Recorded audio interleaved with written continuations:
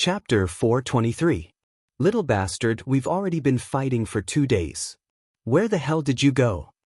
Firenze couldn't help but curse loudly when he saw that it was Han Shuo. During the battle, Han Shuo could be considered as an important figure. His sudden disappearance for 2 days had frightened everyone, especially Phoebe, Fanny, and Emily. They thought that Han Shuo had gone into hiding to avoid punishment and were so anxious that they didn't know what to do. Fortunately, the Dark Mantle organization displayed an astonishing ability. During the 2 days that Han Shuo had disappeared, the Dark Mantle members that were hiding within Asan City continuously transmitted all kinds of information, helping Firenze, Old Han, and the others to make the correct decision when it came to deploying troops. This allowed them to gain the upper hand in the battle against Ashburn and the others. Some private matters. Han Shuo also didn't expect that a black resolute crystal would actually cause him to stay in the cemetery of death for 2 days. Originally, Han Shuo only wanted to take a look at the Earth elite zombies' injuries before returning. How could he have known that he would stay for such a long time? Now that Firenze was scolding him, Han Shuo also had nothing to say. Alright, enough with the nonsense. Since you're here, tell me about the situation in the other districts. This time, we must settle the situation in one battle to prevent Ashburn and the others from escaping. Otherwise, once Ashburn and the others leave Asan City, there will be even more battles in Lancelot City. Firenze wasn't the slightest bit courteous towards Han Shuo, hastily urging Han Shuo to report more comprehensive information to him. At such a crucial time, Han Shuo didn't say much. He immediately described the situation in every district of Asan City to Firenze through the vision of the 12 mystical demons, including what Ashburn, Charles, and the others were currently saying in detail. Firenze calmly listened to Han Shuo's description, constantly shouting out orders. Beside Firenze were not only his subordinates, but also Amis, one of the 3 heavyweights of the Dark Mantle. At such a crucial time, Amis had shockingly become Firenze's subordinate.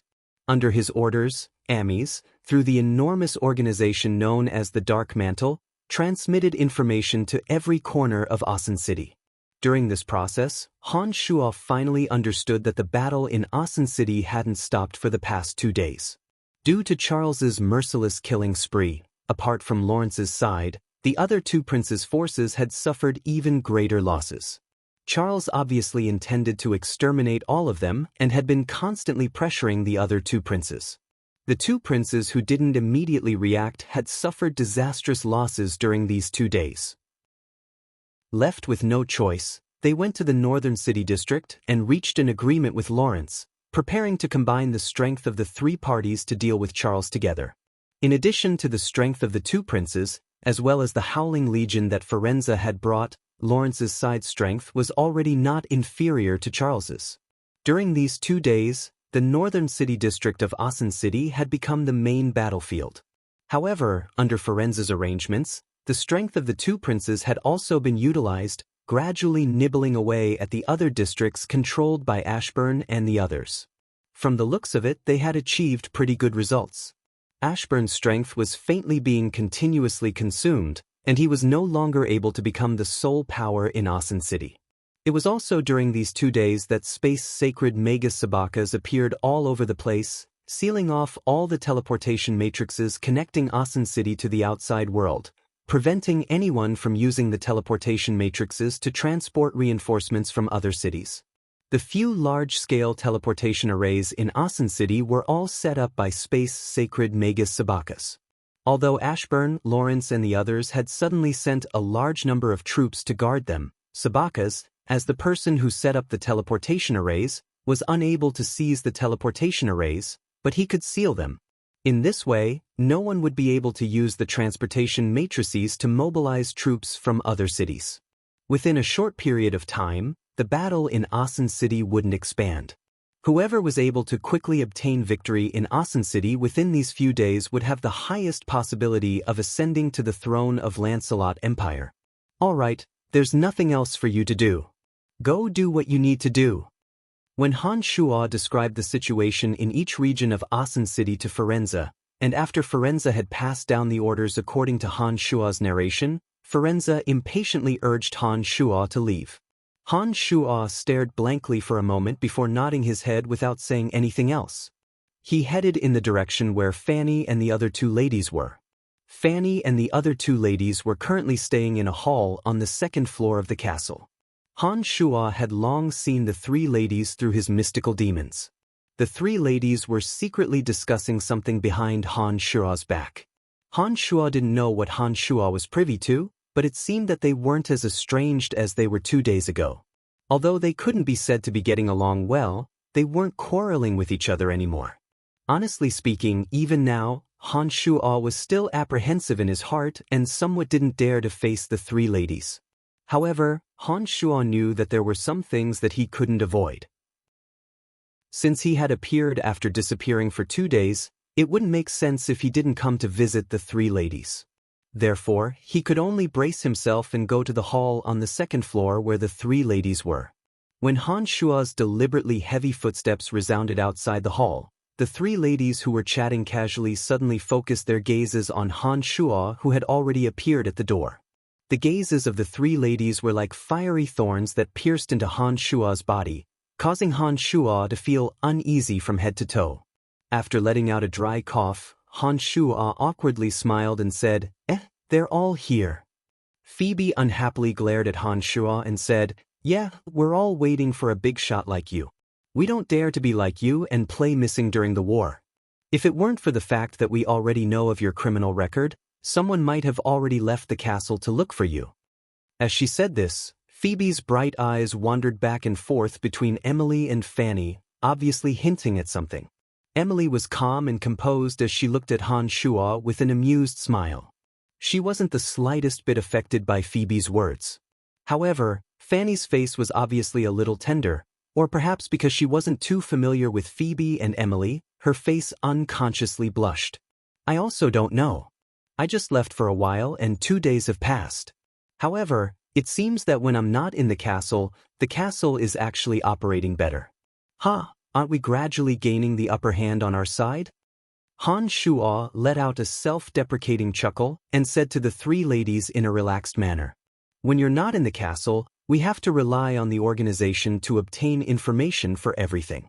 The members of the organization have been as busy as dogs these past 2 days, and all of them have been extremely careful, afraid that they'll be caught and used as cannon fodder for a change in power.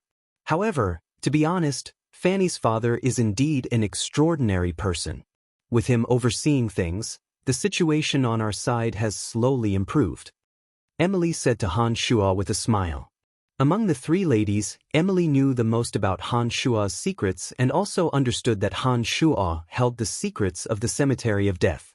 She roughly guessed that Han Shuo had perhaps used the transportation matrix to arrive at the Cemetery of Death. She didn't express too much concern about Han Shuo's sudden departure and instead continued to persuade the other two ladies. He only knows how to fight. When Fanny heard Emily praise her father, she didn't reveal the slightest bit of joy. Instead, she resentfully complained. Previously, from Fanny's mouth, Han Shuo knew that Firenze was still fighting on the battlefield even when Fanny's mother was gravely ill. Firenze wasn't by her side until her mother passed away. This caused Fanny to take it to heart, and it seemed that she still hadn't forgiven him until now. He did it for the Empire and the southern border. If your father didn't fight on the battlefield, who knows how many families in the southern border would have been destroyed. Younger sister Fanny, it actually wasn't easy for your father. Emily sighed softly and tactfully persuaded Fanny. I also know that. It's just that I saw my mother constantly talking about him before she passed away. She didn't even have the chance to see him one last time. As she spoke, Fanny's tone gradually became softer, as if a sad memory had been evoked. A trace of helplessness climbed up her brows. All right. Let's talk about happier things. Don't be immersed in the grief of the past. Phoebe also spoke a word of comfort. It seemed that the relationship between the three ladies was still harmonious and they didn't oppose each other as Han Shuo had guessed. Just as he was about to say something, Han Shuo suddenly felt the demon's lair edge within his body stir. This startled him. He closed his eyes and pondered for a moment. Han Shuo suddenly understood and immediately said with joy, "It seems that I have to cultivate for a while." During these 2 days, Asan City was in constant battle, especially in the northern city district. In an extremely short period of time, tens of thousands of soldiers had died in this battle. Every city guard in Asan City was the elite of the Lancelot Empire. The Howling Legion under Firenze's command was even more powerful. These soldiers who died on the battlefield had left behind soaring killing intent and the resentment and anger of their souls in the past few days. This kind of energy made ordinary people feel oppressed, as if there was a mountain pressing on their chest, giving them an oppressive feeling. Some experts could clearly sense this kind of energy. However, in the profound continent, only a few powerful necromancers could collect some powerful souls and refine some special undead creatures. There was no one who could directly absorb this energy. However, Han Shuo, who cultivated demonic arts, could condense killing intent and directly absorb it. The souls of the dead that had yet to dissipate between heaven and earth, as well as the endless resentment and fear left behind from when they were still alive, could also be easily absorbed by the Demon's Lair Edge. It was precisely because the Demon's Lair Edge sensed the familiar energy shrouding between heaven and earth that it eagerly transmitted a signal to Han Shuo. "What's going on? Why do you suddenly want to cultivate?" Phoebe looked at Han Shuo, puzzled, and asked. "This is not easy to explain. It has something to do with the special martial technique I cultivate. It's just like the dense killing intent all over Balance's body. That's because he had killed many people when he was an assassin and it unknowingly attached itself to his body. He can use the killing intent to intimidate people. Oh, right, this energy is also useful to Balance. As long as I help him, he can also take the opportunity to absorb a bit of the killing intent that filled the battlefield. Alright, I won't talk to you guys anymore. I'm going to look for Balance first," Han Shuo casually explained. Soon after, he suddenly thought of Balance and hurriedly walked out. "That bastard!" Phoebe couldn't help but curse when she realized that Han Shuo had already disappeared. In the past 2 days, Balance's calm and callous heart had become somewhat unstable. Han Shuo's miraculous martial technique had unfolded in front of Balance's eyes. Balance, who would soon be able to cultivate this martial technique, would become excited whenever he thought about it. At Balance's age and level, his pursuits weren't as chaotic as those of the younger generation. Only some substantial benefits would make him feel excited. Balance, who had been an assassin for many years, had always thought of himself as extremely calm. But after being convinced by Han Shuo's string of miraculous martial techniques these 2 days, his calm heart became excited. "It's been 2 days. I hope little senior brother is fine. In this world, perhaps only little senior brother can point me in the right direction," Balance inwardly thought. He was truly worried for Han Shuo, fearing that the only guiding light in this world would be extinguished. A soft sound entered his ears. Balance was suddenly startled. His killing intent abruptly retracted and tightened as he coldly said, "Who is it?" It's me." Han Shuo replied with a light smile and immediately landed beside Balance. Balance couldn't help but feel joy in his heart. However, he didn't show the slightest bit of it on his face. He bowed towards Han Shuo and respectfully said, "Senior brother." During the war, Balance, who wasn't good at commanding battles, was alone in a remote room on the 3rd floor. There were too many experts around Ashburn, Charles, and the others. No matter how formidable Balance was, he wouldn't be able to assassinate Ashburn. Now that the castle was similarly filled with experts, Lawrence basically didn't need to worry about his own safety. Thus, Balance suddenly became idle and stayed alone in this remote room. "I have an important matter to discuss with you. Come, let's go to the highest roof of the castle." Han Shuo didn't waste any words and directly instructed with a smile. Balance didn't say anything further and immediately nodded in agreement. He flew out together with Han Shuo and headed towards the highest clock tower of the castle. Before entering the sect, Han Shuo had already told Balance some rigid rules. Balance had firmly remembered these rules. One of the rules that he couldn't disobey an elder's orders had been repeatedly emphasized by Han Shuo. As the senior brother who would impart martial skills to him, Han Shuo was naturally his elder. Balance hadn't lived in vain for so many years and clearly understood that Han Shuo's orders were the most important. When the war was in full swing, Han Shuo brought Balins directly to the clock tower. After landing, Han Shuo looked at Balins with a smile and said, "Originally, I should only impart martial skills to you after entering the sect. However, the flames of war are incessant and the entire Asen city is shrouded in many special energies. Perhaps you are able to sense these energies. If I impart martial skills to you now, I can help you absorb these energies before they disperse. This way, your strength will advance by leaps and bounds." Before Han Shuo finished speaking, Balins's heart was already filled with ecstasy. He had yearned for this day and night for a long time. When he heard that Han Shuo was going to impart the martial skills that he yearned for day and night, the excitement in his heart was simply uncontrollable. His body actually couldn't help but slightly tremble. When Han Shuo mentioned that martial skills could absorb this kind of energy, Balins was so excited that he almost fainted. He asked in a trembling voice, "Senior, are you saying that the oppressive energy shrouding Asen City can be absorbed through martial skills?" Nodding his head, Han Shuo smiled and said, "Of course. In this world, any kind of energy can be used and absorbed. The aura of death can be used, the murderous aura can be used, and so can the energy of the soul. Hehe, I believe you have also sensed that the surging murderous aura of those warriors has yet to disperse between heaven and earth. As long as you have mastered the God-slaying devil path, you can directly absorb this kind of energy. Yes, I can feel the omnipresent murderous aura on the battlefield. However, that kind of energy doesn't belong to me. I can't even familiarize myself with the murderous aura on my body. Naturally, I won't make use of others," Balins said honestly. "Hold your breath and concentrate. I will help you familiarize yourself with your new energy," Han Shuo said softly. Soon after, he went behind Balins and a strand of demonic yuan suddenly rushed into Balins' body. After so many years of messy cultivation, Balins had some vague understanding of the usage of murderous aura. The meridians in his body were filled with murderous aura. This kind of murderous aura could be transformed by the God-slaying devil path into his unique energy. It was just that he didn't know how to make use of it. When Han Shuo's demonic yuan suddenly rushed into Balins' body, it started to help the already relaxed Balins get back on his feet. First, he used the demonic yuan to slowly absorb the murderous aura that wasn't pure enough and circulated it around his meridians. In Han Shuo's mind, the meridian circulation diagram of the God-slaying devil path had already appeared clearly.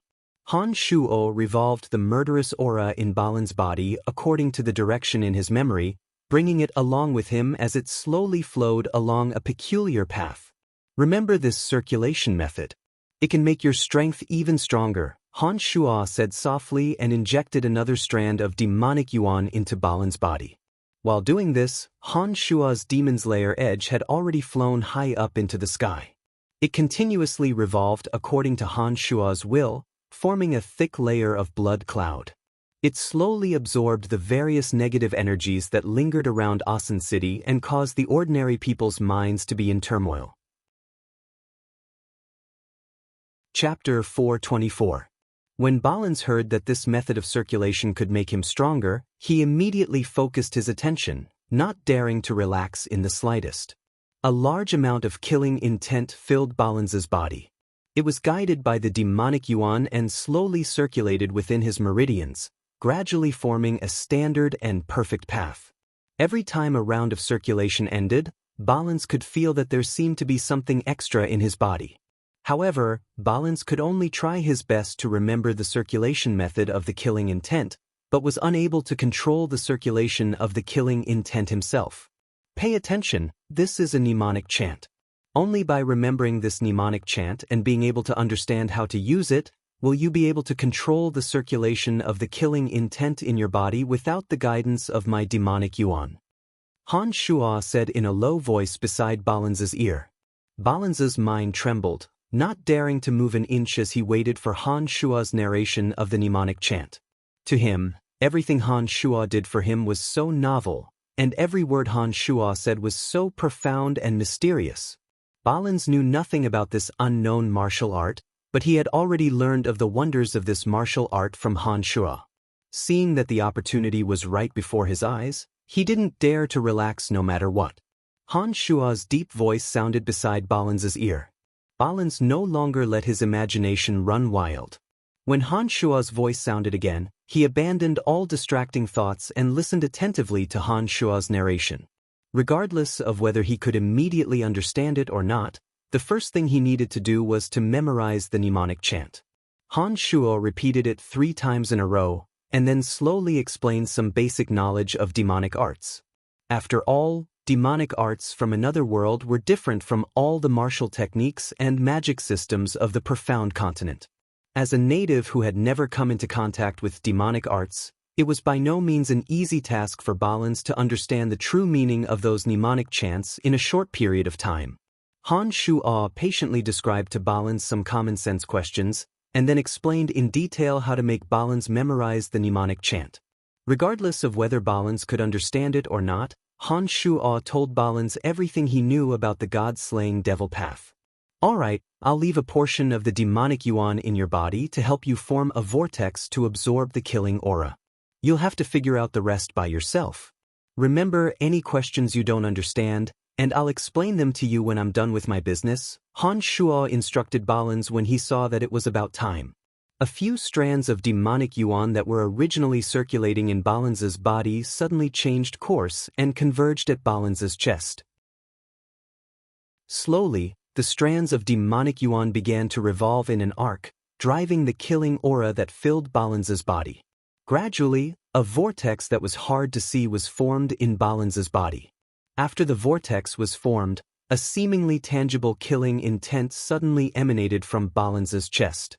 The dense killing intent was like a sharp, unsheathed sword, carrying the desire to destroy and slaughter. At this moment, the omnipresent killing aura that lingered in the air suddenly seemed to be drawn by the same source of energy from Balans's chest. Strands of it converged towards Balans's chest. Balans was indescribably ecstatic. If it wasn't for the fact that he couldn't move, Balans would have already knelt in front of Han Shua and kowtowed in gratitude. As the direct beneficiary of this killing aura, Balans had never sensed the flow of the killing aura so clearly before. The vortex formed in his body was like an incomparably mysterious force, slowly absorbing the killing aura that lingered in the northern city district. The killing aura converged at his chest, and was then transformed by the vortex in his chest into strands of icy cold energy that dispersed throughout his body. Balans still hadn't understood how to use this energy, but he could clearly tell that this energy contained a terrifying destructive power. A type of energy that no ordinary person would be able to absorb entered his body in strands.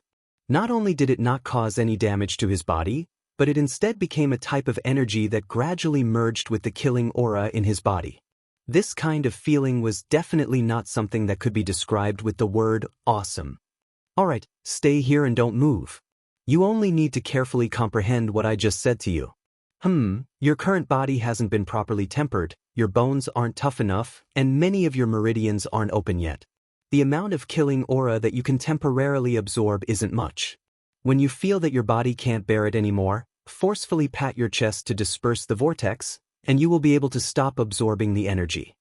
Han Shua had already quietly let go and instructed Balans. Without waiting for Balans to say anything, he had already flown to another rooftop in a remote part of the castle. Rao Yang soldiers were still fighting unceasingly. The sky above Asan City was filled with energy that was beneficial to Han Shua. Balans could absorb a little with Han Shua's help, and Han Shua, whose strength had been advancing by leaps and bounds, could naturally absorb more energy with the Demon's Lair edge. If Han Shua stayed by Balan's side, once Han Shua began to absorb the enormous energy in the surroundings would directly rush into Han Shua's body. If Balans and Han Shua were to stay together, the killing aura that he could absorb would be affected. Not only would the absorption speed be greatly reduced, the quality would also be weakened. It was precisely because of this that Han Shua wanted to leave Balan's side. The demonic yuan within Han Shua's body circulated wildly, forming an enormous whirlpool in the sky above Han Shua's head. Compared to the whirlpool within Balan's body, the whirlpool formed outside Han Shua's body was thousands of times larger. Supported by demonic yuan, the whirlpool began to slowly revolve. The various kinds of killing aura that lingered in the northern city district suddenly converged into the whirlpool above Han Shua's head like a trickle of water converging into the ocean. For a moment, the sky above the castle changed color. The ordinary people felt as if the pressure enveloping their bodies was slowly lessening. However, the experts' faces changed as they raised their heads to look at the sky with a strange expression. Two strange phenomena appeared in the sky above the castle. One was the blood cloud formed by the demon's lair edge, and the other was a strange, enormous black whirlpool. With the demon's lair edge as the center, the blood cloud rapidly absorbed all kinds of chaotic energy of fear and hatred that lingered in the northern city district, while the enormous black whirlpool was frantically devouring the soaring, killing aura. The sudden appearance of these two strange phenomena in the sky above the northern city district caused many experts to be shocked by the negative energy that shrouded the entire northern city district. Lord Blunt, do you feel it? Earth's sacred Magus Dempus asked that sacred knight with a somewhat grave expression. The sacred knight called Blunt frowned as he looked at the two strange phenomena in the sky above the northern city district. He said in a deep voice, "I can feel the evil energy that exists there. I'm very unfamiliar with this kind of energy. It's filled with chaos, slaughter, and madness. It's quite different from the energy of the Calamity Church. What's going on?" Seeing that sacred knight Blunt, who had extraordinary experience, didn't even know, Dempus was somewhat astonished. He muttered to himself, "My mental strength allows me to feel that this energy originates from the soldiers who died in battle. However, isn't the energy of the soldiers supposed to return to heaven and earth? How can it be bound together by some kind of energy? This is too inconceivable. Damn it. If it wasn't for Corel and Sabaka's being here, we could have gone over to investigate. However, we can only look on helplessly now. We don't even know what's going on." Sacred Knight Blunt said angrily, but he was helpless. The spectacle in the sky originated from the sky above the castle stationed in the northern city district. Obviously, it was related to the people inside the castle. However, that area was heavily guarded and protected by two saint-rank experts. Even if it was Blunt and Dempus, they wouldn't dare to rashly enter and take a look. While Blunt and Dempus were indescribably shocked, the few experts inside the castle similarly turned pale with fright. Each and every one of them raised their heads to look at the strange phenomena that had appeared above their heads. They stood there in a daze, not knowing what was going on. The blood clouds emitted by the demon's lair edge formed a bewitching blood-red color under the illumination of the sunlight, enveloping the entire area around the castle. After the sunlight was blocked by the blood clouds, it completely turned the ground into a blood-red color, mixing with the blood that was everywhere on the ground. The battlefield had completely turned into a world drenched in blood. This kind of glaring and bewitching blood-red color seemed to have the power to incite endless hatred from the bottom of one's heart on the battlefield. Both parties who were fighting became even more reckless. Everyone seemed to have turned into killing machines, crazily unleashing savage attacks on the enemy. The losses on both sides were increasing. The enormous whirlpool formed by Han Shua's demonic yuan was like a crazy black abyss, rapidly devouring the killing intent that soared into the sky above the northern city district. Some grand magi and great swordsmen could feel the change in energy. The two sacred rank experts, Sabakas and Corel, could even more clearly sense it. The two of them had astonished expressions, frightened by the strange phenomena in the sky. The changes in the sky above their heads had occurred above the castle. The two of them thought that the enemy was carrying out a destructive attack against the castle, causing them to be at a loss of what to do. You must immediately destroy these two strange phenomena. This is definitely the enemy's move against us.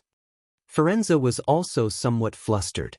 He had heard of the destructive might of some forbidden magic. If the phenomena above their heads were the prelude to the brewing of two destructive forbidden magic spells, then this area would most likely be plunged into an abyss of misery. Even if Firenze was good at leading troops, it would be absolutely impossible for him to escape from such a large area of effect attack.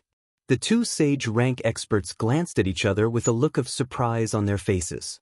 Sabakas hesitated for a moment and said doubtfully, The energy formed by the two spectacles above us is a little strange. I don't think it's something that the Church of Light or Dempus can create. This energy is filled with chaos and slaughter and is as different as night and day from their energy. Something isn't right. I also don't think so. If Ashburn's side had the help of the Calamity Church, then I can believe that this is a terrifying magic attack against us. However, this energy clearly carries an evil aura. Furthermore, the Calamity Church will definitely not work together with the Church of Light. Therefore, this can be ruled out. If that's the case, then it's really a little strange. Carol's face was also filled with doubt as he slowly explained with his own understanding. After listening to the two of them, a thought suddenly flashed through Amy's mind and he said, could it really be the doing of the Calamity Church and their goal is to attack Ashburn's group? That the Church of Light's sacred knights are there. The Calamity Church and the Church of Light have always been mortal enemies. Could it really be them who took action? Actually, there was another reason that Ames didn't say. As one of the three heavyweights of the Dark Mantle, Ames understood Han Shuo more than anyone else. He knew that Han Shuo seemed to have some connection with the Calamity Church. Usually, the Church of Light's mortal enemies would be targets that the Church of Light would do their utmost to rope in. Since the Church of Light wanted to make Han Shuo their mortal enemy, then the Calamity Church would definitely try to win over Han Shuo and build a good relationship with Han Shuo. However, saying this would damage Han Shuo's image. To people like Ames, Karel, Bokas, and Sabakas, regardless of the Church of Light or the Calamity Church, they were merely a religion. They weren't like ordinary people who revered and loathed the two organizations, nor would they have any prejudice against Han Shuo because of what Ames said. However, some of the ordinary nobles of the Lancelot Empire instinctively rejected the Calamity Church. In order to prevent these people from having a bad impression of Han Shuo, Ames didn't say this reason. Sabakas, Karel, and the others were suddenly startled when they heard Ames' explanation. Shortly after, the two of them looked at each other before Karel opened his mouth and said, "That's also possible. What if this is really an attack aimed at us? If you don't take action and deal with it, the large-scale destructive magic will descend upon us. At that time, there will be no need for us to fight this battle. We'll have fun together," Firenze shouted at the two of them. After hearing Firenze's words, Karel and Sabakas became hesitant and didn't know what to do. If they made a mistake in their judgment, then an unpredictable situation would occur. Even the two of them wouldn't be able to bear the consequences. Just as everyone was hesitating, Emily walked over from the second floor. Emily heard the chattering of the crowd from afar and came over to cover her mouth and laugh tenderly, saying, "It's definitely Brian's doing. You guys don't have to be nervous." Everyone was stunned when they heard this. Ames immediately asked, "How can you be so sure?" Only he can control this kind of power. I've seen him do it before. You guys don't have to worry, it's definitely him. Other than him, I've never seen anyone else who can control this kind of power left behind by fallen soldiers. Don't worry, there won't be any problems." Emily knew that Han Shuo had many secrets and explained to everyone with a smile. Seeing how certain Emily was, Sacred Swordmaster Karel suddenly reacted and laughed heartily. That's right. It must be Brian. The last time I sparred with him, the power he used was somewhat similar to the power that filled the sky. I only reacted after you reminded me. So that's what's going on. Carol's affirmation clearly carried more weight than Emily's. Everyone suddenly relaxed after hearing his words. Soon after, Sabakas suddenly flew high into the sky and looked at the two wonders in the sky more clearly. At the enormous black vortex, strands of bizarre energy were filtered and transformed by the vortex, slowly entering Han Shuo, who was on the roof of the castle. With this, Sabakas completely understood what was going on. He once again landed in front of everyone and explained with a smile, "As expected, it's Brian's doing." Yes, he said that he wanted to train for a while before suddenly leaving our hall. It seems like he's training that martial technique of his. You guys don't have to worry. Emily explained. Everyone looked at each other after hearing Emily's words, feeling astonished. They were shocked by the mysterious martial technique that Han Shuo had grasped. As the subject of everyone's discussion, Han Shuo had encountered a thorny problem at this time. He was gradually losing control of the various chaotic energy changes within the Demon's Lair edge. This time, the various chaotic energy within Asen City was too great. As the number of people who died in the coup was too great, it caused the energy of fear, hatred, and anger to be everywhere in Asen City. The soldiers of different factions still had tenacious willpower even after death. As there were too many of these energies, they were unable to quickly fuse together, causing the energy within the Demon's Lair edge to become extremely chaotic. However, during this process, the Demon's Lair edge still tirelessly absorbed the enormous amount of negative energy within Asen City. The blood cloud it formed became thicker and thicker, causing Han Shuo to feel that he was losing control. By the time Han Shuo reacted, the enormous energy absorbed by the Demon's Lair edge had already become chaotic within the Demon's Lair edge. This caused Han Shuo to have some difficulty controlling the Demon's Lair edge. The enormous amount of negative energy couldn't fuse together within a short period of time due to their soaring hatred. It turned out that the energy within the Demon's Lair edge was trying to neutralize and dissolve them. In this way, the Demon's Lair edge became incomparably chaotic. It surged like a soaring dragon within the blood cloud. A dense and ruthless evil aura gradually spread into the blood cloud, affecting the soldiers of both sides who were still fighting fiercely below. Chapter 425. Han Shuo understood that this was caused by him being too greedy. However, until now, there was no good solution. Han Shuo's mind was one with the Demon's Lair edge. The chaotic negative energy within the Demon's Lair edge was running amok, gradually affecting Han Shuo's calm state of mind. Unwittingly, a thought of slaughter suddenly leaped into Han Shuo's mind. It was like a catalyst for poison. Once this thought appeared, Han Shuo's heartbeat started to accelerate. Not good. Han Shuo was greatly alarmed. This kind of emotion had not appeared for a long time. Han Shuo understood that this was a sign of turning into a demon. However, the hateful Demon's Lair edge was still frantically absorbing all the negative energy in Asen City, while Han Shuo's body was engulfing the soaring baleful aura with the vortex as the center. These two kinds of energy required Han Shuo to control. A mistake in one would immediately have a direct impact on the other. Gradually, Han Shuo's pupils started to turn red. Specks of bloody light lingered around his body. A violent and evil energy started to spread from Han Shuo's body. Within the castle, Sabaka's and Sacred Swordmaster Karel immediately sensed the changes in Han Shuo. What's going on? Karel's expression changed as he looked towards the roof where Han Shuo was. Pa. Just as Karel's words fell, a crackling sound could be heard from the roof in the direction Karel was looking at. Streaks of scarlet radiance shot out, shattering the rubble of the house in that area. Sabaka's stared blankly for 2 seconds before immediately teleporting to the area where Han Shuo was sitting cross-legged. Suddenly, he saw Han Shuo's malevolent and distorted face, appearing extremely terrifying. Within the enormous vortex above his head, strands of energy formed streaks of bloody light that flowed into Han Shuo's body like electric currents. A terrifying evil and ruthless energy suddenly erupted from Han Shuo's body. With Han Shuo as the center, the surrounding buildings collapsed one after another. Some of the soldiers in the castle were caught off guard and were immediately affected by this energy, causing nearly 100 deaths in an instant. Space Sacred Magus Sabaka's expression immediately changed. Without saying anything, he hastily released a defensive boundary. Furthermore, he condensed his mental strength and shouted in Han Shuo's direction, "Brian!" Han Shuo, who was about to fall into a demonic state, had his pupils turn into a terrifying scarlet red. It was as though blood was flowing within his pupils, appearing extremely terrifying.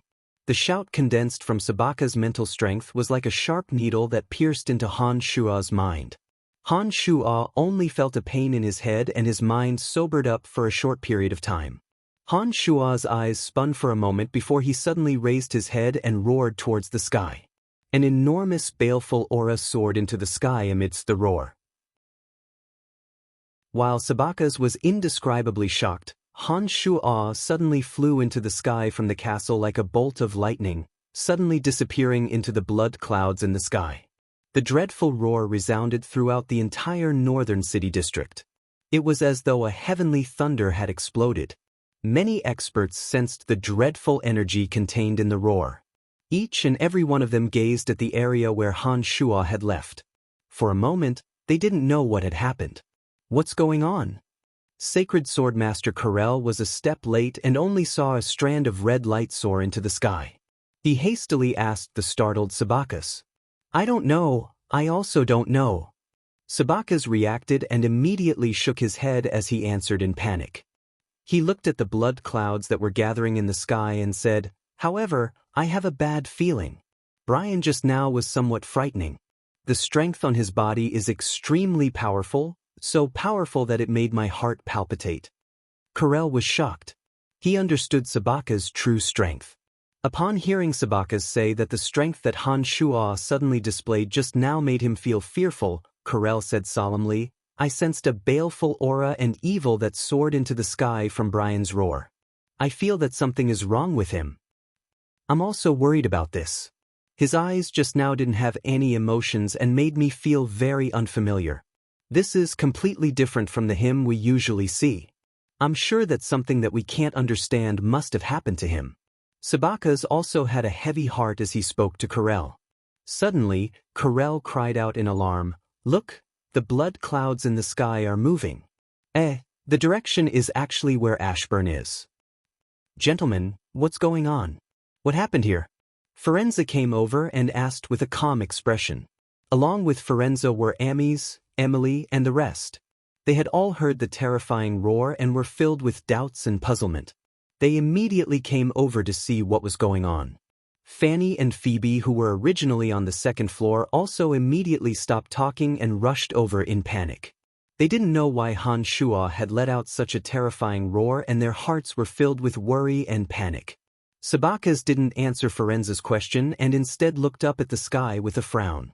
The blood clouds that had been quietly floating in the sky above the castle and continuously absorbing all kinds of negative energy in the northern city district didn't move even though they were getting bigger. But now, the thick blood clouds had started to move. The movement of the blood clouds caused the weather to change. An oppressive pressure as heavy as a mountain pressed down. An incomparably sinister aura gradually left the sky above the castle and moved towards Ashburn and the rest. Emily, do you know what's going on? Amis frowned deeply and asked Emily in confusion. Among the crowd, Emily was the most familiar with Han Shuo. When Amis asked, everyone's gazes were cast towards Emily, each and every one of them were filled with curiosity and doubt. This should be the bedevilment that Brian mentioned. He said that this state would make him crazy and even he himself wouldn't be able to control his actions. It is an extremely dangerous state that will allow his strength to increase explosively. I don't know much about it and have only heard of it from him. Emily also frowned deeply and immediately explained. After Emily's explanation, everyone immediately agreed with Emily's explanation when they saw the dozen or so collapsed houses and some of the castle's soldiers that had died tragically. Even Sabakas and Corel didn't dare to forcibly charge towards Ashburn's direction at this moment. However, Han Shuo had actually condensed a thick blood cloud and rushed over. This kind of crazy behavior was clearly not something that he would dare to do under normal circumstances. Not good. This means that Brian is extremely dangerous. But that place is filled with experts and he has now lost his rationality. What should we do? Corel said worriedly. Sigh, we can only take one step at a time. We have to pay attention to his movements at all times. If something really goes wrong, we can think of a way to save him. Sabakas sighed and said somewhat helplessly. While Sabakas was speaking, a blue crystal ball the size of a human head appeared in his hand. Sabakas chanted a magic incantation and the crystal ball suddenly refracted a gorgeous blue radiance. These blue radiances were like ripples on the surface of a lake when a pebble was thrown into it. They kept swaying nonstop. As Sabakas continued to chant the incantation, the swaying blue radiance in the crystal ball gradually calmed down. When Sabakas had finished chanting, a clear scene suddenly appeared in the crystal ball. Within the crystal ball, Han Shua's entire body was circulating with blood and electricity. His eyes were scarlet like blood. The demon's lair edge was floating above Han Shua's head. Layers of blood clouds were churning around him, rolling towards Ashburn's direction with him. Sabaka's 5 fingers that were dragging the crystal ball moved a little. The scene within the crystal ball continuously enlarged and changed, revealing the appearances of Ashburn, eldest Prince Charles, and the rest. Among them, the Sacred Knight and Earth's Sacred Magus Dempus had shocked expressions as they looked at the dense blood clouds that were gradually rolling towards them. This crystal ball was given to me by Madame Grace. Although it cannot predict the future, it can see the scene within a certain range. However, it cannot hear anything. Sabakas explained. You obviously have a good item but you keep hiding it and not using it. What a selfish fellow. Firenze said unhappily. Sabakas coughed dryly and explained with a bitter smile. Using this crystal ball consumes a lot of mental strength and the range of vision is also very limited. It also cannot hear anything. It can't be compared to Brian's miraculous ability. That's why I kept it a secret, not because I was selfish. Alright. Let's see if something will happen to Brian. Corell impatiently said to Firenze as he concentrated on the changes in the scene within the crystal ball in Sabaka's hand. While Sabakas and the rest were staring at the changes in the crystal ball with sparkling eyes, some of the weaker nobles on Ashburn's side were suffering unspeakably. They were almost unable to breathe due to the heavy pressure from the blood clouds. Damn it, what's going on? Why is there a red cloud floating over all of a sudden? Eldest Prince Charles also felt his heartbeat quicken, as though there was a mountain pressing down on his body. His whole body was indescribably uncomfortable and he couldn't help but curse as he looked above his head. Saints, do you know what's going on? Although Ashburn was a Grand Duke of the Lancelot Empire, he didn't cultivate in martial arts or magic. He could clearly feel this kind of pressure and actually had the impulse to kill crazily in his heart. For Ashburn, who needed to calmly deal with all situations, this kind of impulse was undoubtedly fatal. Therefore, he hastily questioned the Sacred Knight and Dempus. The 2 saint-level experts stared at the blood cloud in the sky with solemn expressions. They could clearly sense that more and more energy was gathering in the blood cloud. This negative energy that had absorbed the unyielding anger and fear of the tens of thousands of people who had died on the battlefield was so powerful that it was beyond imagination. The 2 saint-level experts felt their hearts palpitate. It's that guy called Brian's doing. I can feel that he's within the blood clouds. Sacred Knight Blunt said with a sullen expression as he raised his head to look at the sky. It's him? Isn't this brat courting death? He actually dares to come here and throw away his life. Eldest Prince Charles sneered. There were 2 sacred rank experts here, as well as many great swordsmen and Grand Magus-level experts. In addition, there were also several thousand soldiers standing guard. Charles naturally believed that Han Shua's arrival would only result in death. However, Sacred Knight Blunt and Dempus could faintly sense the terrifying energy contained within the blood clouds. However, morale was of the utmost importance at this time. If Blunt and Dempus were to tell the truth, it might cause fear to arise in the hearts of the soldiers here. Blunt and Dempus glanced at each other. Dempus suddenly started chanting a magic incantation, setting up a barrier around Ashburn's location. This was to prevent them from being affected by the energy within the blood clouds and developing fear in their hearts before the battle had even started.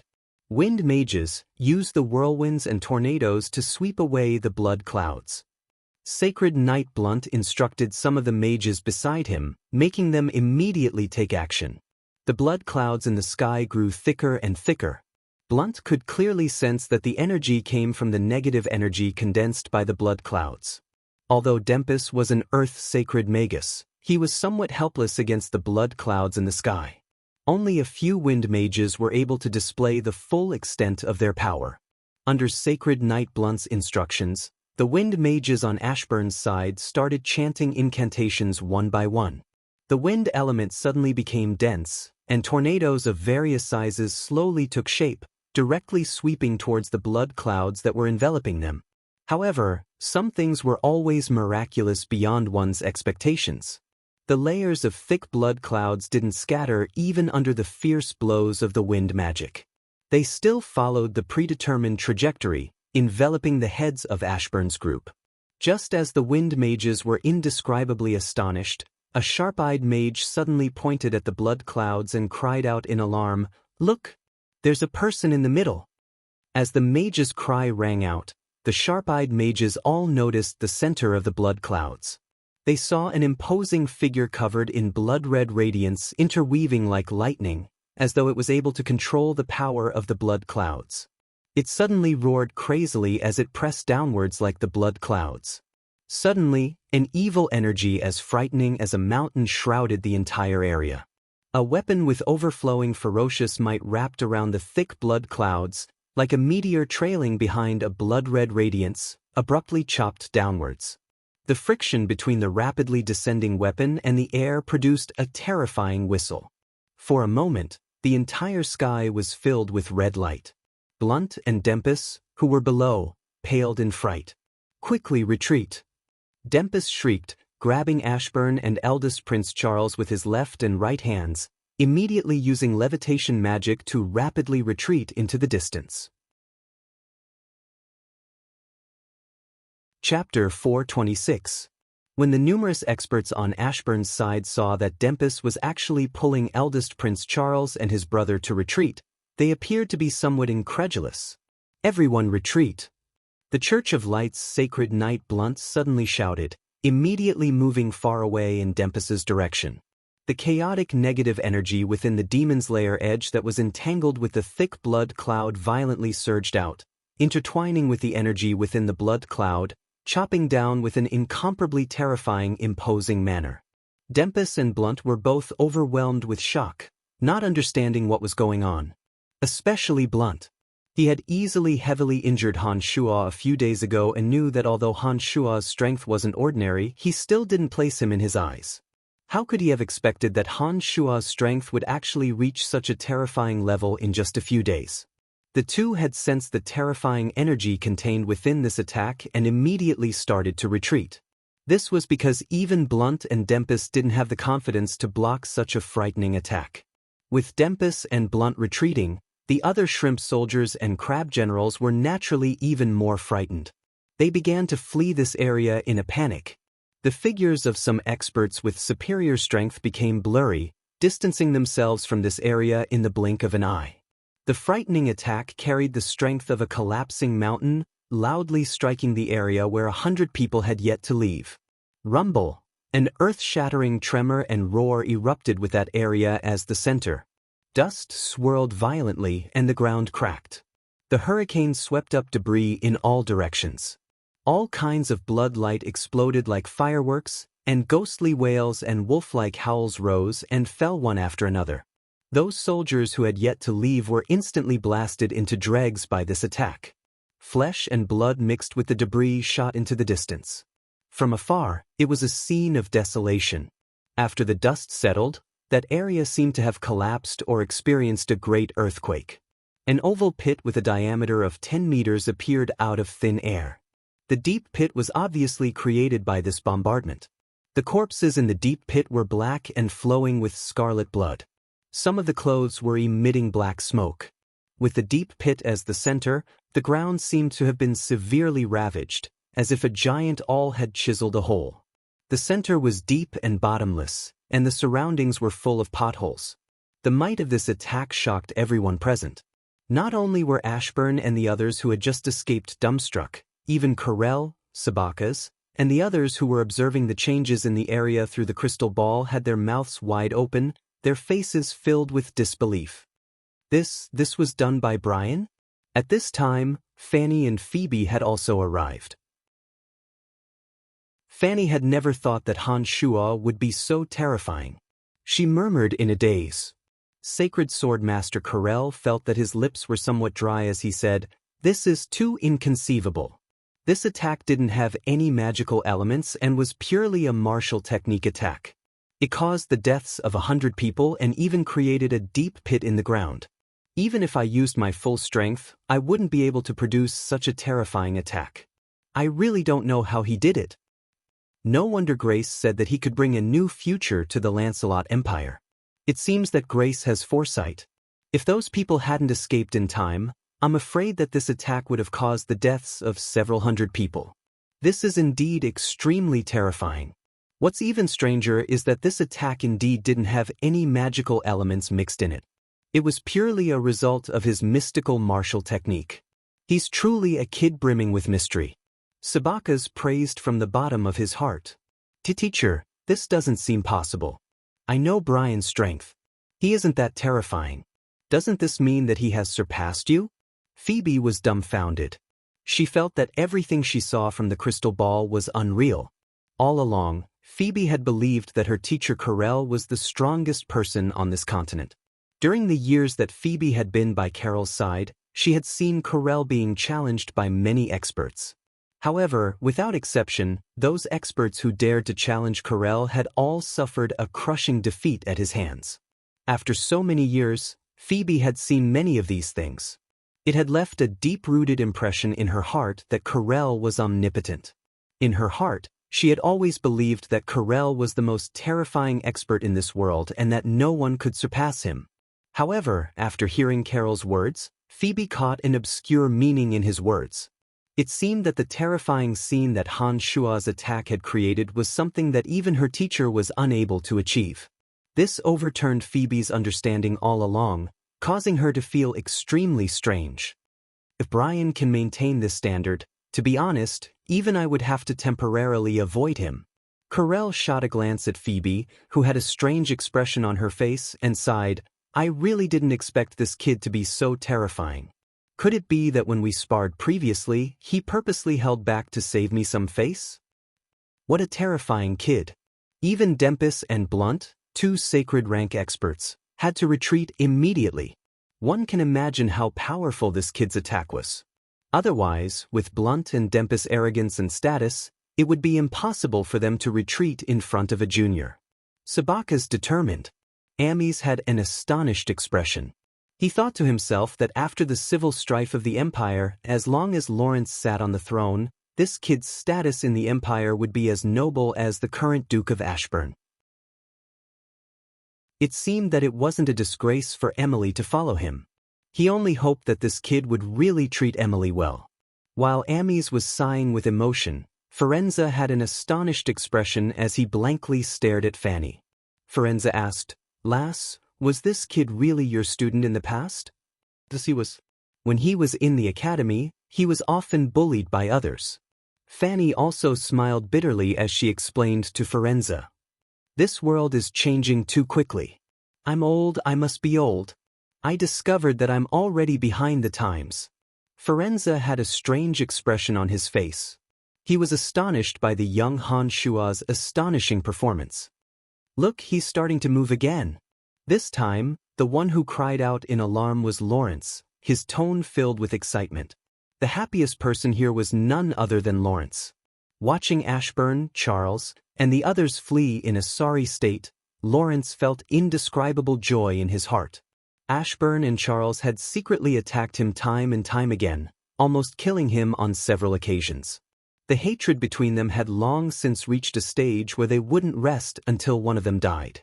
Now that he was able to see Ashburn and Charles make a fool of themselves, Lawrence naturally felt extremely delighted, especially at this crucial moment. As long as Ashburn and Charles died, the entire Lancelot Empire would undoubtedly be under his control. Thinking of the scene of everyone submitting to him, Lawrence was so excited that his heartbeat quickened. Following Lawrence's cry of alarm, everyone hastily focused their gazes on the crystal ball in Sabaka's hand. The scene within the crystal ball was still fixed on the land that had been severely damaged. In the sky above the desolated area, the malevolent-looking Han Shua was crazily roaring. The thick blood clouds around Han Shua emitted a dense smell of blood, churning unceasingly along with Han Shua's roars. A streak of red lightning suddenly flew out from the bottomless pit below, rapidly arriving in front of Han Shua. It was grabbed by the scarlet-eyed Han Shua. It was the murder weapon that had just unleashed such a terrifying attack, the Demon's Lair Edge. Once the overflowing ferocious demon's lair edge entered Han Shua's large hand, a terrifying might spread out. Han Shua's scarlet-red eyes swept across the area and immediately charged in the direction of Sacred Night Blunt. 100-meter-long scarlet-red sword light suddenly shot out from the demon's lair edge. The scarlet-red sword light howled with ferocious spirits, as though it had a bizarre power, entangling a portion of the thick blood clouds in the surroundings.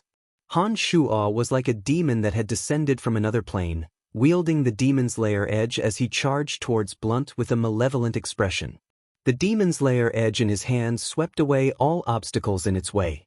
As he flew, the demon's lair edge swept horizontally, its terrifying power cleansing everything. Many of Ashburn's soldiers who were within 100 meters of Han Shua were affected. One by one, they were chopped into meat chunks by the 100-meter sword light. Blood rained down on the ground. As Han Shua flew over, the surrounding sand and stones were sent flying. The sword light streaked across the ground, leaving behind deep ravines. Two saints, what's going on?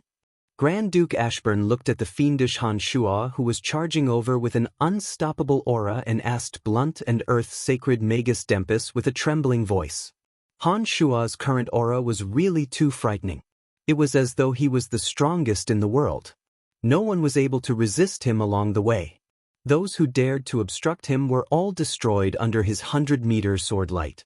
In just a short while, 500 of Ashburn's elite soldiers had died. These soldiers had been guarding Ashburn all along and didn't participate in the ongoing battle. They were all death warriors that Ashburn had meticulously trained, spending a lot of Ashburn's gold coins and manpower. Every one of them was much stronger than ordinary soldiers. However, it was these death warriors that Ashburn trusted who were like paper in front of the crazy Han Shua. They were all easily slaughtered. Not a single person was able to withstand a single move from Han Shua. I don't know why, but this evil fellow's strength has suddenly skyrocketed. He seems to be able to borrow the strength of the dead that hasn't dispersed. Every strike is condensed with terrifying negative energy. I really don't know how he did it. Sacred Night Blunt said to Ashburn with a heavy expression. What do we do? What should we do? He's charging over? Eldest Prince Charles was the most unbearable. His voice trembled as he screamed. He was obviously intimidated by Han Shua's malevolent appearance and terrifying strength. There's no other way. We can only retreat. Currently, no one can stop him. Earth's sacred Magus Dempus immediately replied. Although this decision made him feel incomparably sullen, he really had no other choice. What did the two of you say back then? You said that we wouldn't be afraid even if it's a sage rank expert. Now, you can't even stop such a young fellow. You're too useless. Where else can I retreat to? If I leave Asan City, wouldn't all of our preparations be for naught? As Charles was trembling with fear, he was clearly somewhat hysterical, speaking incoherently. Charles, shut up. The two sages' judgment is absolutely not wrong. Calm down. Ashburn saw that the two sage rank experts' expressions were somewhat unsightly and hastily berated Charles. After being berated by Ashburn, Charles abruptly woke up with a start and didn't say a word. Two sages, Charles is still young and has somewhat lost his composure. Please don't take it to heart. We will listen to the two sages. Ashburn lectured Charles and immediately apologized to Blunt and Dempus. Even though Ashburn was the Grand Duke of Lancelot Empire, he still had to treat this kind of sage rank expert with caution. Furthermore, they currently needed to rely on two sage rank experts. If they were to anger these two people, then Ashburn and the others would be in an even more disadvantageous situation. Therefore, Ashburn had no choice but to apologize humbly. Sacred Night Blunt coldly snorted, shooting a glance at the silent Charles and said, "Be more careful next time. I'm only helping you this time out of respect for my good friend Koss. Otherwise, I wouldn't care about your life and death." Charles was secretly hating in his heart, thinking that he would definitely teach Blunt a lesson after he gained power. However, he didn't dare to show any displeasure at this moment and had no choice but to nod in agreement with a smile. "Lord Blunt, for the sake of the God of Light's radiance spreading throughout Lancelot Empire, please don't haggle over it. Lancelot Empire's Church of Light's Red Archbishop Koss smiled and said to Blunt, "Forget it. Everything is for the God of Light." Blunt lightly shouted and immediately said to Dempus, "You bring them away from here. I'll lure that fellow away. I can feel that this fellow's main target is me. It seems that he hates me for injuring him last time." "Thank you, Mr. Blunt. Take care." Dempus stared blankly for a moment before saying in admiration. Ashburn and Charles looked at each other. Charles cursed in his heart, thinking, since you know that his target is you, why do you still want to stay with us? Isn't this clearly trying to harm us? You old fart, you really aren't anything good. Koss, my old friend, I'll have to trouble you to stay with me. This fellow is a grand magus necromancer. Only the divine weapon, revelation, in your hands can render his undead army useless. Blunt said to Koss. Of course. Koss nodded in agreement. Chapter 427. After Blunt's speech, Dempus led Grand Duke Ashburn and Charles, as well as a group of experts protecting them, and rapidly retreated in a certain direction. Blunt, Koss, and a few temple knights and white priests of the Church of Light stayed together, heading in the opposite direction of Dempus and the others. Blunt's guess was completely correct. Currently, in Han Shua's heart, he firmly remembered the holy aura on Blunt's body. Previously, when the Earth Elite zombie was injured, Han Shua's hatred was a sore point in Han Shua's heart. Before he entered demonization, he had already locked onto Blunt and set a target for him, not letting go. As expected, when Blunt, Koss, and the other followers of the Church of Light left in one direction, Han Shua flew over like a fiend. His eyes were fixed on Blunt, and he persistently chased after him.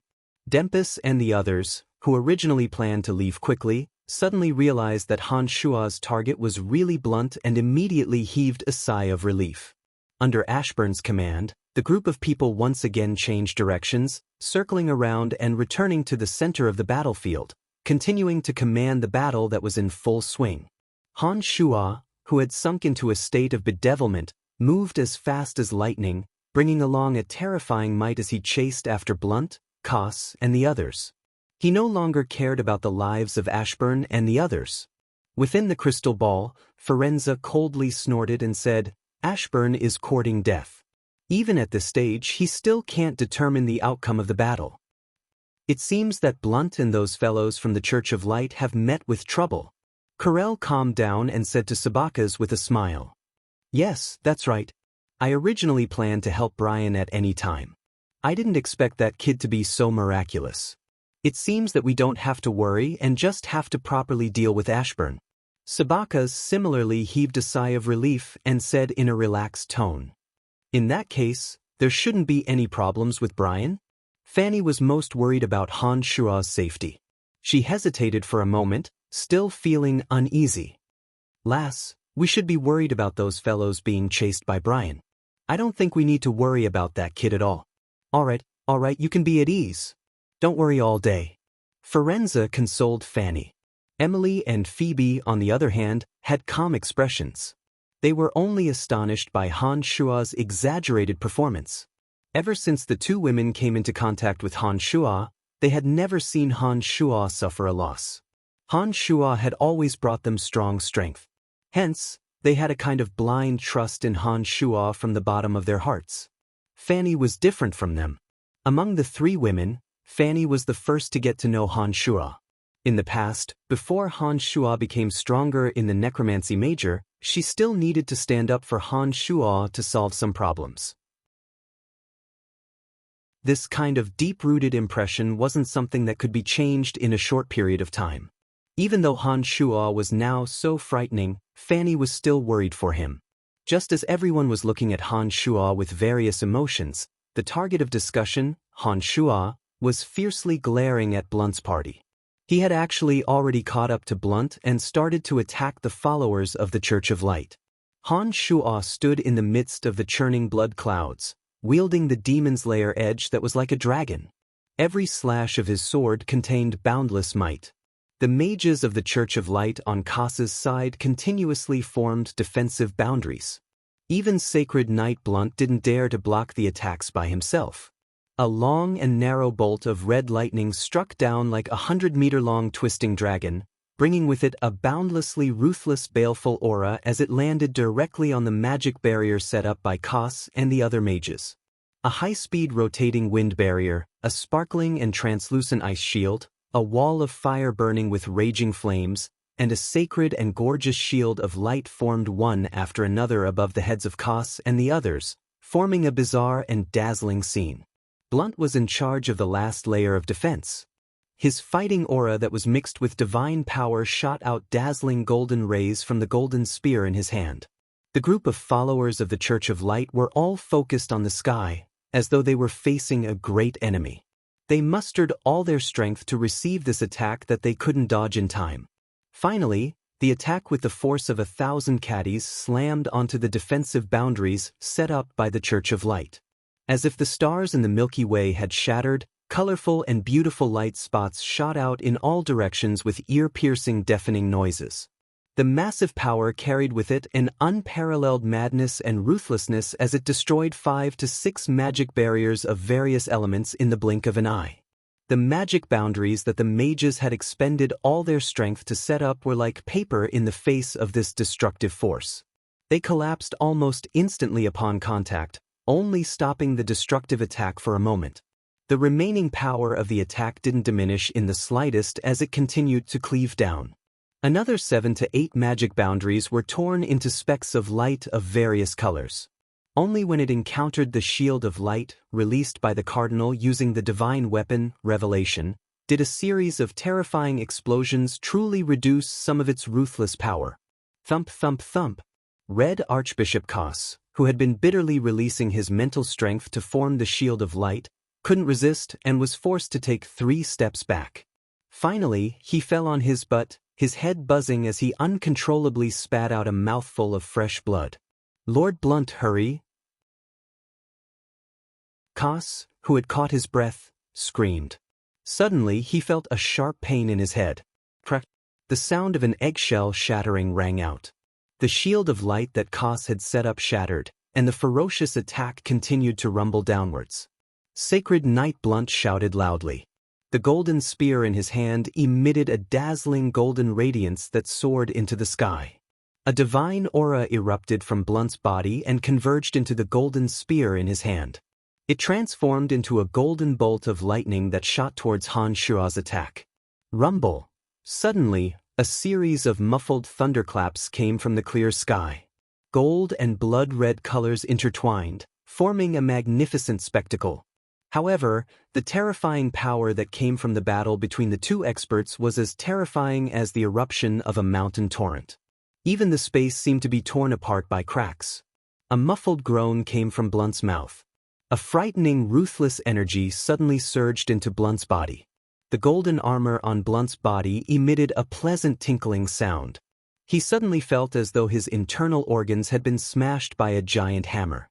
His body couldn't help but stagger, and blood unknowingly flowed out from his mouth and nose. "Blunt is injured. What a frightening attack!" Corell shouted loudly with an indescribable excitement in his expression. Through the crystal ball in Sabaka's hands, Lawrence and the others could clearly see the situation. They could clearly see the blood flowing out from Blunt's mouth and nose. Those with sharp eyes like Corell, Sabaka's and the others even saw Blunt's body momentarily stagger unsteadily. Compared to Blunt's battered and exhausted state, the Demon's Lair Edge who had just grasped the Demon's Lair Edge in his hand still had a malevolent and terrifying expression. His scarlet pupils were filled with insanity, and he was callous and emotionless. He truly looked like a machine that only knew how to kill. Apart from his heavy panting, Han Shua's appearance didn't change at all. No signs of fatigue could be seen. Only the volume of the blood cloud he was in had shrunk, as though it had been blown away by the surging aura during the battle. Crazy, Brian has really gone crazy. He actually injured a sacred knight of the Church of Light. Cecilia, one of the 3 heavyweights, had been silently observing the development of the situation. She finally couldn't help but exclaim softly. Having carried out missions in enemy countries all year round, Cecilia understood the terrifying strength of the sacred knights of the Church of Light better than anyone else. In the entire profound continent, the sacred knights of the Church of Light were the most powerful existences. Having roamed around various countries, Cecilia had heard many rumors about the sacred knights. She knew just how powerful these experts who had obtained God's blessing were. However, this kind of existence that looked down on the experts of various countries had actually been injured by the hands of a young man. If this matter were to spread, Han Shuo would immediately become a legend in the profound continent and gloriously enter the ranks of the top experts of the profound continent. To Cecilia, Han Shuo's performance today could only be described as unimaginable. It was also from this moment onwards that Cecilia, who originally wanted to compete with Han Shuo, completely lost all thoughts of winning. Even though she was Sabaka's granddaughter, even though she was one of the 3 heavyweights of the Dark Mantle, and even though she had always believed that she wasn't inferior to any youngster. But at this moment, Han Shuo's shocking performance completely overturned Cecilia's thoughts. It made her understand just how powerless she was to compete with Han Shuo. From this strike onwards, Brian's name will spread throughout the entire profound continent.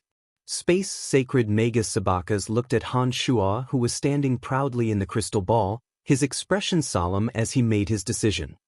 Lord Blunt is injured. In contrast to the astonishment on Sabakas's side, the believers of the Church of Light on Blunt's side were shrouded in fear. Those believers constantly repeated this sentence, as though Blunt's injury meant that the mission this time was a complete failure.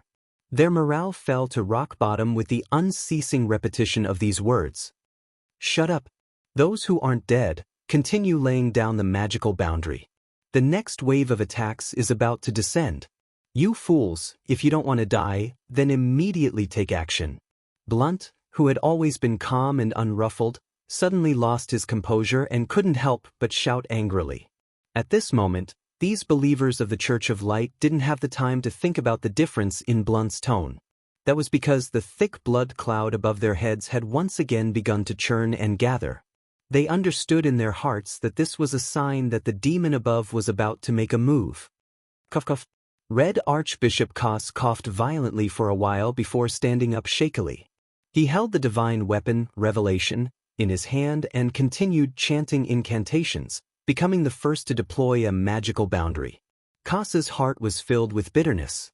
Even with his outstanding intelligence, he couldn't understand how Han Shuo's strength had increased so dramatically in such a short period of time. Han Shuo, who had been seriously injured by Blunt just a few days ago, displayed strength that couldn't be simply described with the word terrifying.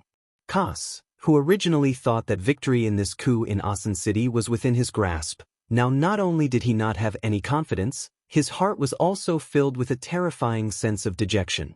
This demon, I should have destroyed him the first time I met him.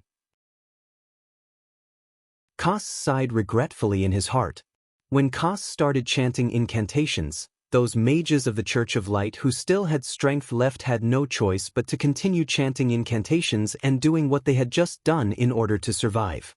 When Han Shuo flew over just now, that frightening speed made them understand that if they didn't work together, they wouldn't be able to escape Han Shuo's pursuit. That was because Han Shuo's speed was even faster than their levitation spells.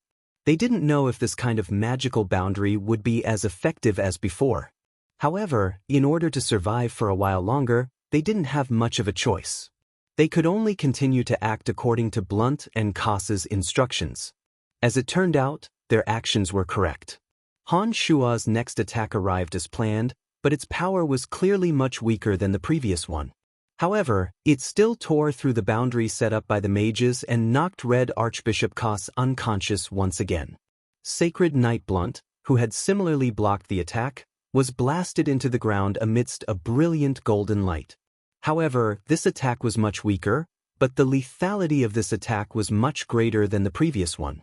Not a single follower of the Church of Light was killed in that unparalleled attack, because they had all been blocked by the boundary and Blunt. However, even though the power of Han Shuo's attack had weakened, the followers of the Church of Light were all gravely injured from the previous attack. The defensive strength of the boundary this time was far from as firm and perfect as the previous one. The final result was that Red Archbishop Koss was knocked unconscious, and sacred Knight Blunt's body was smashed into the ground. In addition, over 20 temple knights and white priests were minced into pieces by the blood-red sword rays. While the power of Han Shua's next attack was weakened, the time it took for it to brew was also shortened. Before those people could react, the blood-red sword rays no longer gathered into a single beam. Instead, they entangled the thick blood cloud and rained down like a rain of blood. For a moment, miserable wails and howls could be heard from below. Just as everyone was minding their own business, a blood-red cold light as thick as an arm fiercely pierced the body of Red Archbishop Kos, who had just fainted. The divine weapon in Kos's hand, Revelation, suddenly shone brightly. Shortly after, a ruthless and frightening aura suddenly emanated from Kos's body. When the followers of the Church of Light reacted, they suddenly discovered that Kos was bleeding from his 7 orifices and had lost all signs of life. The divine weapon, Revelation, in his hand had also dimmed. Welcome to Immortal Cultivation Audiobooks, your gateway to the mystical world of Xianxia. Dive into legendary tales of martial arts, spiritual growth, and immortal ascension. Here, we bring you full-length English audiobooks of the best Wuxia and Xianxia stories, from young prodigies to ancient sect wars. Perfect for fans of Against the Gods, Martial World, and tales of demons and gods.